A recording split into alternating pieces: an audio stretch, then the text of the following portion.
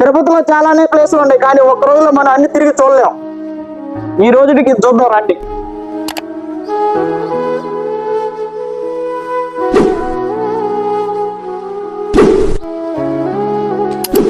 తిరుపతిలో one of the park. ఇక్కడ privacy ప్రశాంతత కావాలంటే మాత్రం ఇక్కడికి వచ్చేయండి.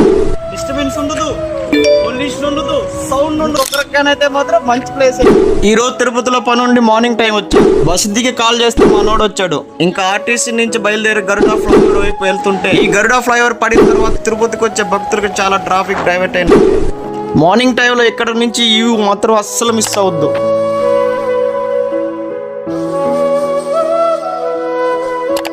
దూరం నుంచి ఆ తిరుమల హిల్స్ చాలా క్లారిటీగా ఈ సీన్ అస్సలు మిస్ అవద్దు.